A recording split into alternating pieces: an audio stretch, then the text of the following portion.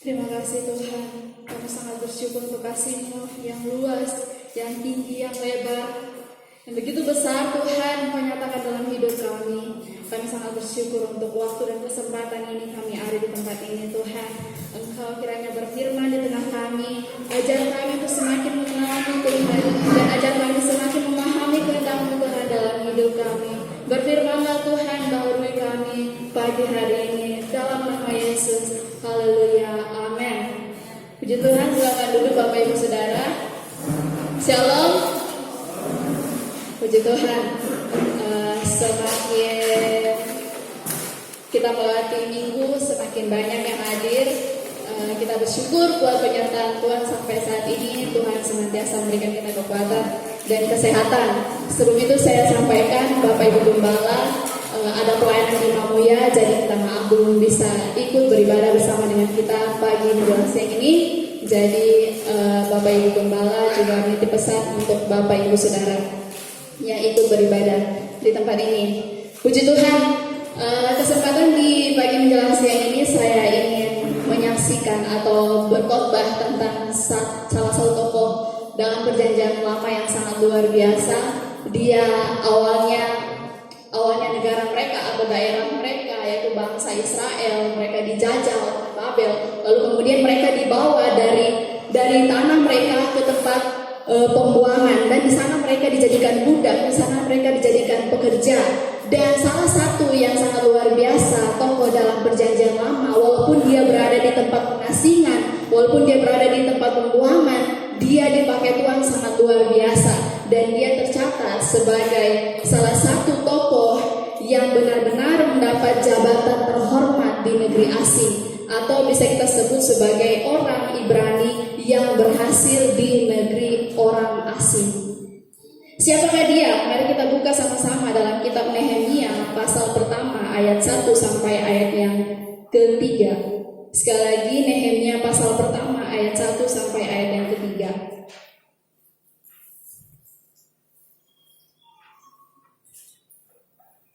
Sekali lagi Nehemia pasal pertama ayat 1 sampai ayat yang ketiga.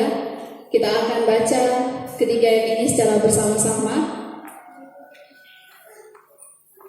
Nehemia 1 ayat 1 sampai ketiga. Demikian firman Tuhan. Mari kita baca bersama-sama. 2, 3. Riwayat Nehemia bin Hakalia. Pada bulan Kisleu tahun ke-20, ketika aku ada di Puri Susan, datanglah Hanani, salah seorang dari saudara-saudaraku, dengan beberapa orang dari Yehuda. Aku menanyakan mereka tentang orang-orang Yahudi yang terluput, yang terhindar dari penawanan, dan tentang Yerusalem. Kata mereka kepadaku, orang-orang yang masih tinggal di daerah sana, yang terhindar dari penawanan, ada dalam kesukaran besar dan dalam keadaan tercela. Tembok Yerusalem telah terbongkar dan pintu-pintu gerbangnya telah terbakar. Bapak Ibu Saudara, Nehemia arti namanya adalah Tuhan itu besar, dan Nehemia membuktikan dalam hidupnya bahwa Tuhan itu benar-benar besar dan Tuhan itu berkuasa dalam hidupnya. Nehemia kalau mau dibilang adalah orang yang tidak kekurangan. Ketika bangsa Israel dijajah oleh Babel, mereka dibawa ke tempat pembuangan, masih ada yang tersisa di Israel, masih ada yang tersisa di Yerusalem. Dan kemudian bangsa Israel dibawa sebagian ke tempat pembuangan. Di sana dijadikan pekerja, dan salah satunya adalah Nehemia. Lalu apa pekerjaan Nehemia sesungguhnya? Di ayat yang ke-11 bagian terakhir dikatakan, ketika itu aku ini juru minuman raja. Bapak Ibu Saudara, juru minuman raja bukanlah jabatan yang sembarangan. Juru minuman raja adalah jabatan yang sangat terhormat, yang sangat tersohor dan sangat tertinggi. Mengapa? Karena jabatan ini diperlukan orang yang bisa dipercayai oleh raja. Dan di antara sekian banyaknya orang pada masa itu, satu-satunya orang yang dipercayai oleh raja, dan raja ini adalah Raja Artasasta, raja orang Persia, artinya raja orang yang tidak mengenal Tuhan. Raja Artasasta adalah orang yang tidak mengenal Tuhan sama sekali, tidak mengenal kebenaran. Tetapi Artasasta mempercayai satu orang, yaitu Nehemia. Dan siapa Nehemia? Nehemia adalah orang Israel, orang Ibrani yang kemudian diangkut dari tanah Israel, dari Yerusalem, dibawa kepada pembuangan dan Artasasta mempercayakan jabatan ini kepada Nehemia. Tugas dari Nehemia adalah mencicipi semua minuman yang dibawa kepada raja. Jadi sebelum raja minum, harus dicicipi dulu sama Nehemia. Nehemia harus cek, oh ini ada kira-kira di sana ada pencemaran tidak di minuman raja. Kira-kira setelah raja minum, raja mati tidak. Dan harus dicoba oleh Nehemia dulu. Kalau Nehemia mati, berarti minuman itu beracun. Tetapi kalau Nehemia hidup dan Nehemia baik-baik saja, raja boleh minum anggur dan segala jenis minuman yang disajikan kepada raja. Ini adalah kepercayaan yang sangat tinggi diberikan oleh Raja Artasasta kepada Nehemia. Dan Nehemia sama sekali tidak kekurangan apapun. Tidak ada kekurangan apapun. Nehemia begitu jaya, dia punya kemuliaan, dia punya kehormatan, dia dipandang tinggi oleh saudara-saudaranya, dan dia dianggap orang yang paling berhasil. Dia melimpah, dia nyaman, dia punya segala-galanya. Nehemia tidak kekurangan suatu apapun, Bapak Ibu Saudara. Dia tidak kekurangan suatu apapun, walaupun dia ada di negeri asing. Tidak ada satupun kekurangan yang dimiliki oleh Nehemia. Tidak ada satupun kelemahan. Bahkan jika dia butuh apapun, tetap pasti ada yang diberikan kepada Nehemia. Tetapi yang sangat menarik adalah ketika kabar duka datang kepada Nehemia, Nehemia begitu hancur hati. Siapakah Nehemia? Nehemia adalah seorang yang punya segala-galanya dan tidak kekurangan suatu apapun. Tetapi ketika kabar duka datang kepada Nehemia, Nehemia begitu sedih, Nehemia begitu hancur hati. Apa kabar duka yang datang kepada Nehemia? Dikatakan pada ayat yang kedua, datanglah Hanani, salah seorang dari saudara-saudaraku, dengan beberapa orang dari Yehuda. Artinya mereka yang di Yerusalem yang sempat tertinggal, mereka datang ke Persia, ke Babel. Mereka datang ke sana lalu menyampaikan kepada Nehemia. Nehemia, apa yang mereka sampaikan? Kata mereka kepadaku, orang-orang yang masih tinggal di daerah sana, artinya bangsa Israel yang masih tersisa di Yerusalem, yang terhindar dari penawanan, ada dalam kesukaran besar dan dalam keadaan tercela. Tembok Yerusalem telah terbongkar dan pintu-pintu gerbangnya telah terbakar. Rupanya ketika mereka dijajah, ketika mereka diserang, semua tembok bangsa Israel runtuh dan kemudian pintu-pintu gerbangnya terbakar. Jadi Bapak Ibu Saudara, bangsa Israel tidak punya pertahanan lagi. Bangsa Israel tidak punya perlindungan lagi. Kalau tembok mereka sudah runtuh, pada siapa lagi mereka mau berlindung? Kalau tembok mereka sudah runtuh, otomatis musuh-musuh di sekitar mereka akan datang menyerang bangsa Israel. Dan ini sangat menakutkan, ini sangat mengerikan. Sewaktu-waktu bangsa Israel bisa mati karena musuh. Sewaktu-waktu mereka bisa diserang dan mereka bisa dijajah. Karena apa? Karena tembok mereka sudah runtuh. Tidak ada lagi perlindungan bagi bangsa Israel. Dan hal ini membuat Nehemia sangat sedih. Dia katakan, ketika aku dengar berita ini, duduklah aku menangis dan berkabung selama beberapa hari. Aku berpuasa, berdoa ke hadirat Allah semesta langit. Dan kalau kita baca keterangan selanjutnya, waktu yang dibutuhkan oleh Nehemia untuk berdoa, menangis di hadapan Tuhan, hanya gara-gara bangsanya saat ini begitu suram kehidupan mereka. Nehemia habiskan waktu 4 bulan untuk bergumul dan berdoa bagi bangsa dan negara-negara sendiri. Bapak Ibu, ini yang kita pelajari dari Nehemia. Hal pertama, bahwa Nehemia ketika mendengar bangsa dan negaranya begitu hancur, mereka di sana dalam keadaan tercela, mereka berada dalam kesukaran besar. Nehemia hancur hati, dia berdoa, bergumul, berpuasa kepada Tuhan selama 4 bulan lamanya. Selama 4 bulan lamanya, Bapak Ibu Saudara. Ini bisa kita pelajari dari Nehemia. Nehemia adalah orang yang tidak kekurangan suatu apapun. Dia punya kehormatan, dia punya kemuliaan, dia punya kejayaan. Tetapi di tingginya posisi Nehemia, dengan posisi yang begitu tinggi yang dimiliki oleh Nehemia, dia tidak lupa akan bangsa dan negaranya sendiri.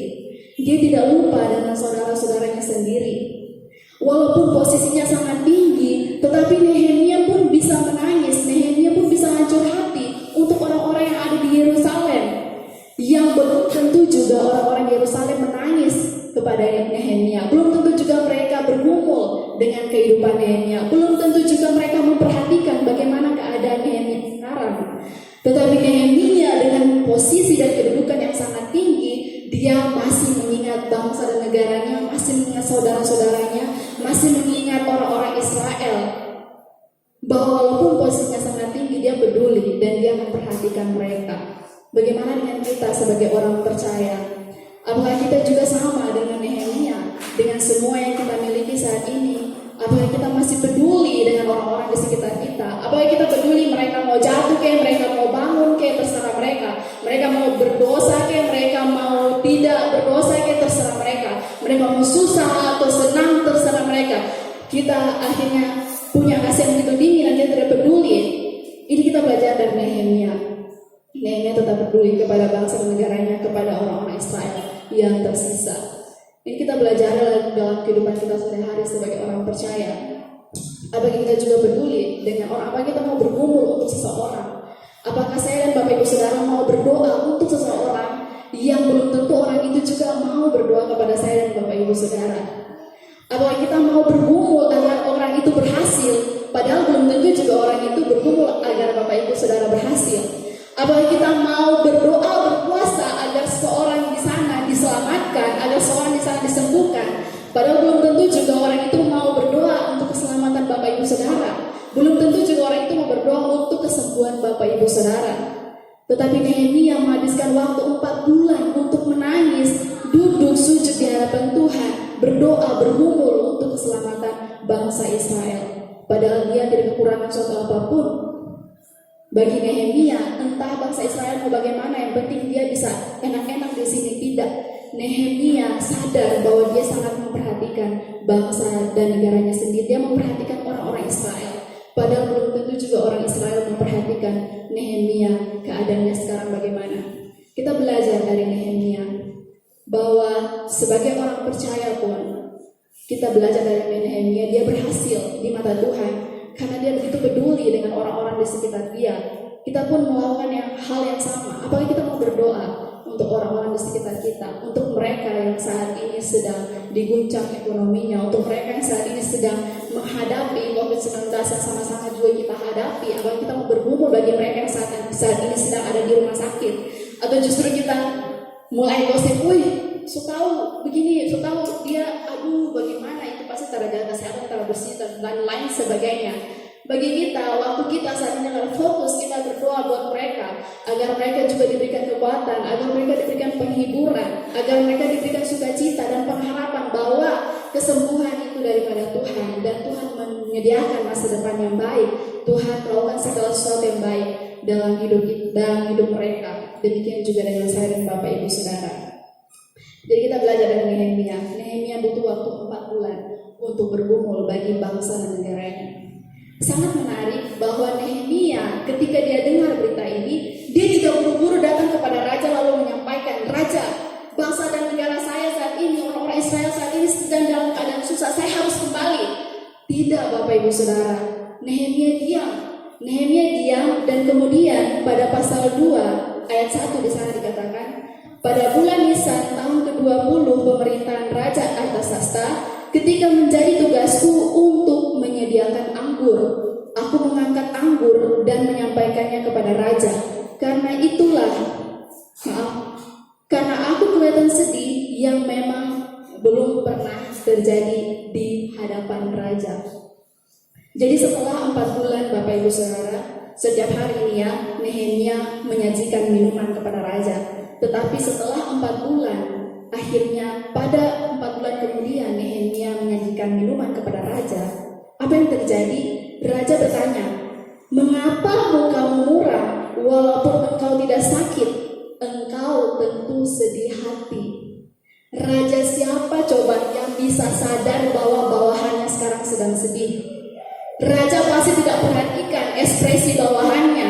Raja pasti tidak perhatikan hal-hal yang kecil begitu. Pasti raja yang diperhatikan adalah peperangan dan kemudian daerah-daerah dan lain sebagainya, musuh dan lain sebagainya. Tetapi Raja Artasasta sangat tahu. Dia katakan, "Mengapa mukamu muram?"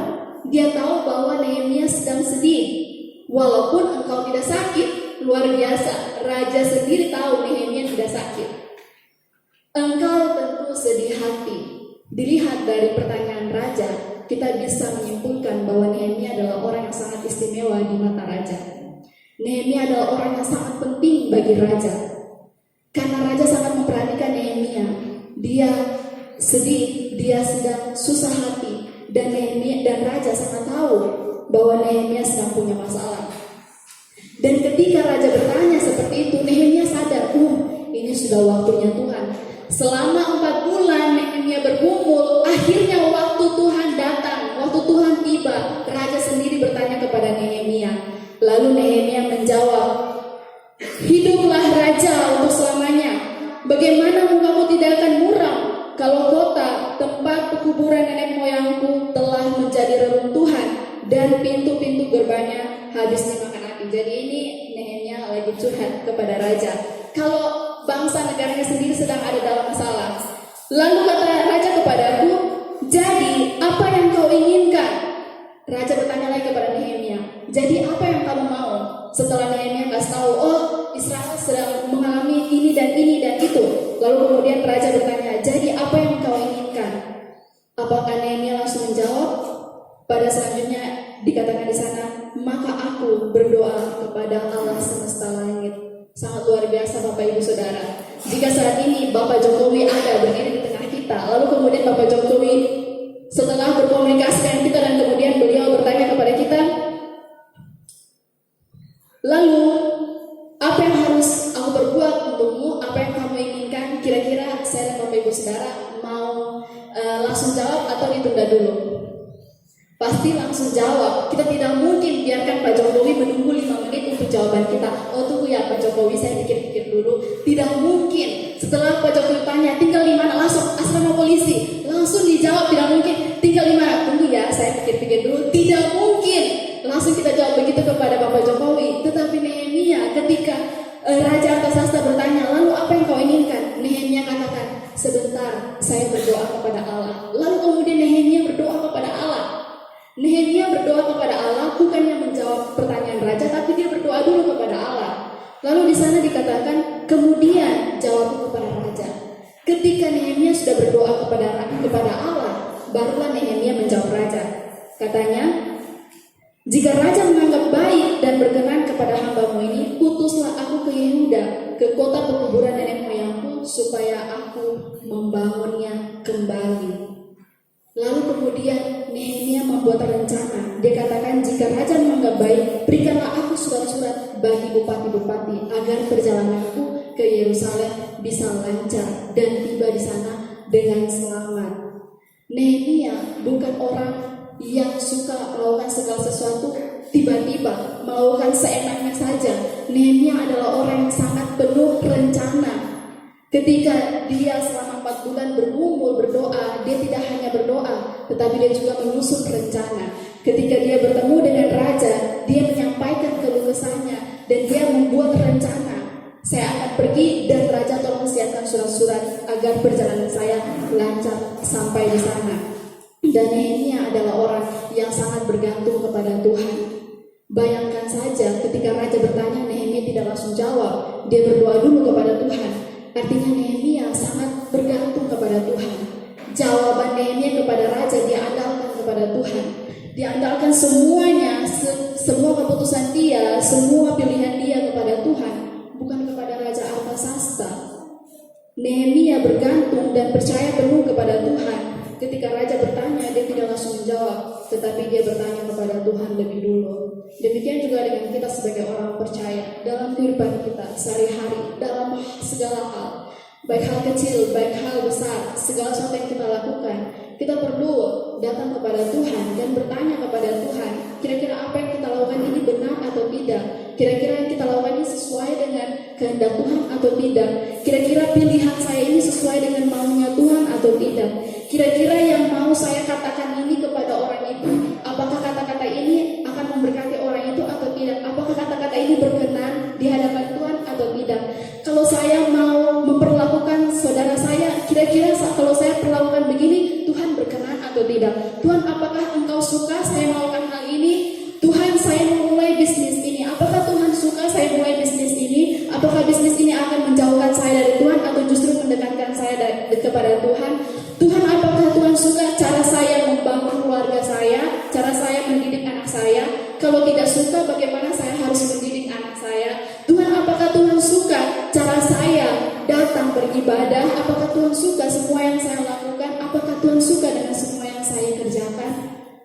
apakah ini sesuai dengan kehendak Tuhan? Apakah ini sesuai dengan rencana Tuhan? Apakah saya maju atau saya mundur atau saya diam di tempat? Kita belajar dari Nehemia. Segala sesuatu yang dilakukan oleh Nehemia, dia tanya dulu kepada Tuhan. Dia andalkan Tuhan dalam hidupnya. Itu hal kedua yang kita pelajari dari Nehemia. Dan kemudian hal terakhir dari Nehemia pada pasal 2 ayat 17.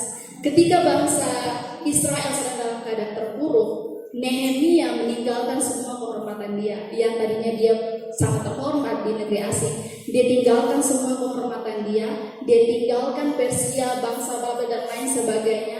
Dan kemudian dia berjalan pulang ke Yerusalem. Ketika dia sampai di Yerusalem, Nehemia tidak langsung buru-buru bangun tembok. Jadi Nehemia tujuannya kembali ke Yerusalem mau bangun tembok. Nehemia tidak buru-buru bangun tembok. Dia tunggu sampai 3 hari. Setelah 3 hari, Nehemia bangun malam-malam dan kemudian survei tempat.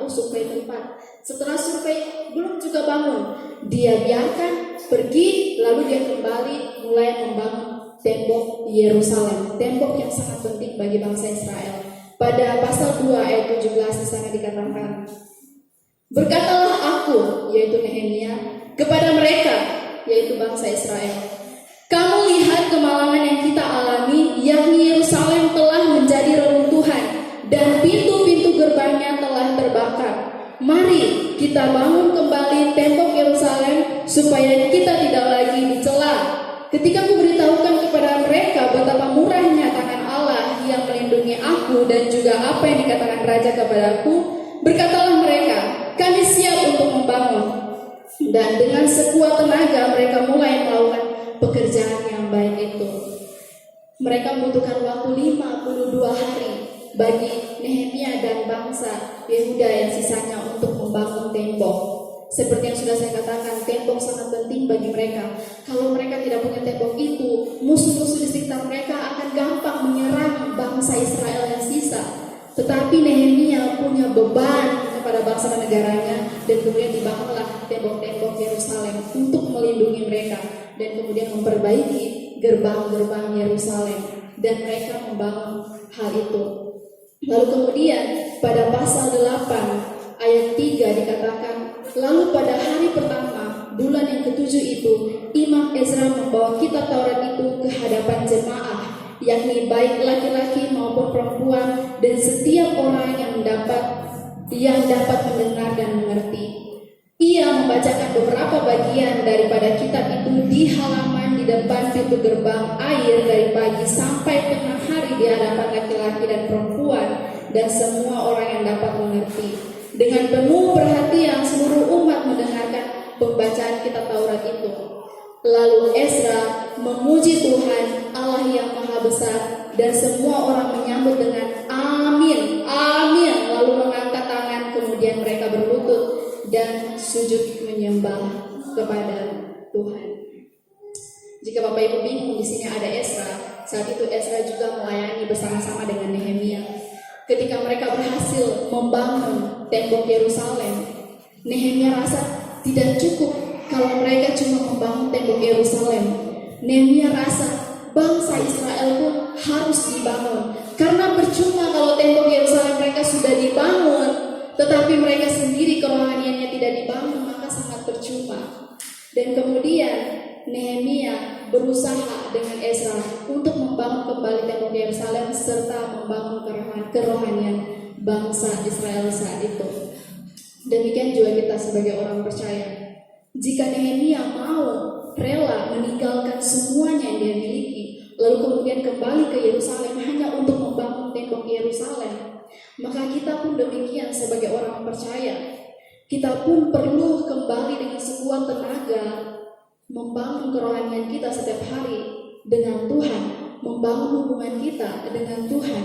Bagi Nehemia ini adalah sesuatu yang sangat penting. Setelah dia bangun tembok, dia bangun kerohanian bangsa Israel. Demikian juga dengan kita sebagai orang percaya. Kerohanian pun senantiasa setiap hari pun kita bangun, seperti dilakukan oleh Nehemia, membangun kerohanian di hadapan Tuhan. Kita belajar untuk membangun hubungan kita setiap hari dengan Tuhan.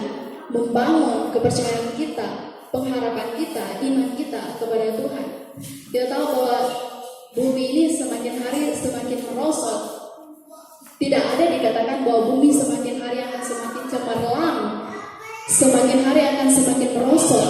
Dan kalau kita turut merosot dengan bumi, kita turut merosot, pengharapan kita semakin memudar, kasih kita semakin dingin, iman percaya kita semakin lemah, maka kita tidak akan kuat, dan kemudian kita tidak akan bisa berdiri dengan jati diri kita sebagai orang percaya bahwa Tuhan Yesus adalah satu-satunya Tuhan yang kita percaya, dan kita dipakai Tuhan untuk bekerja dan untuk melakukan nyatakan kemuliaan Tuhan.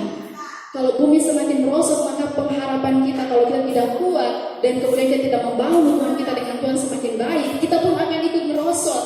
Pengharapan kita akan semakin memudar, iman percaya kita akan semakin lahir patah, dan kemudian kasih kita menjadi dingin, semangat kita hilang, kita mudah putus asa karena kita tidak kembali membangun iman kita kepada Tuhan. Kita tidak senantiasa membangun hubungan kita dengan Tuhan.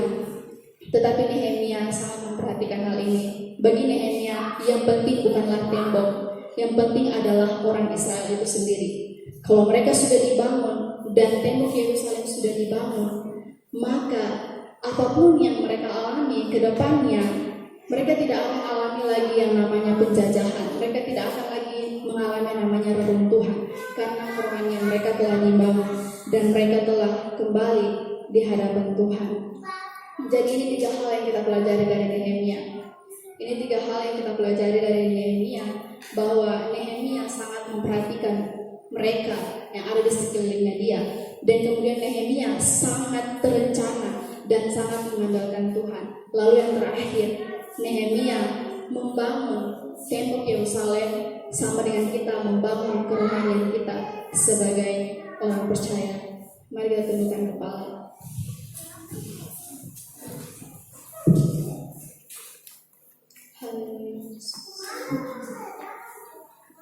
Kami tahu Tuhan, kami penuh dengan kekurangan. Kami tahu Tuhan, banyak hal sering kami salah melangkah, seringkali kami salah mengambil keputusan dalam hidup kami Tuhan. Kami tahu Tuhan, seringkali kami mengecewakan Tuhan dalam hidup kami. Tetapi kami mau belajar dari Nehemia. Dia satu-satunya orang yang berhasil di tanah orang asing, dan kami mau belajar dari Nehemia Tuhan. Kami juga mau berhasil sebagai orang percaya. Apakah keberhasilan kami Tuhan selain memuliakan Engkau? Kami mau memuliakan Engkau melalui hidup kami Tuhan. Untuk itu Kau pakai kami. Ajar kami Tuhan untuk senantiasa mengandalkan-Mu. Ajar kami Tuhan untuk senantiasa memperhatikan orang di sekitar kami. Dan ajar kami Tuhan untuk terus membangun hubungan kami dengan-Mu. Semakin kami mengenal Engkau secara pribadi dan semakin memahami visi kehendak Tuhan yang Engkau taruhkan bagi kami. Terima kasih Tuhan. Kami bersyukur untuk kebenaran firman-Mu. Kami bersyukur untuk kebangunan yang Engkau taruh dalam hidup kami Tuhan, sebagai jemaat Tuhan, sebagai tubuh Kristus di tempat ini. Kiranya Engkau berkati kami semua Tuhan, dan senantiasa Engkau pakai menjadi alat kemuliaan. Di dalam nama Yesus, haleluya, amin.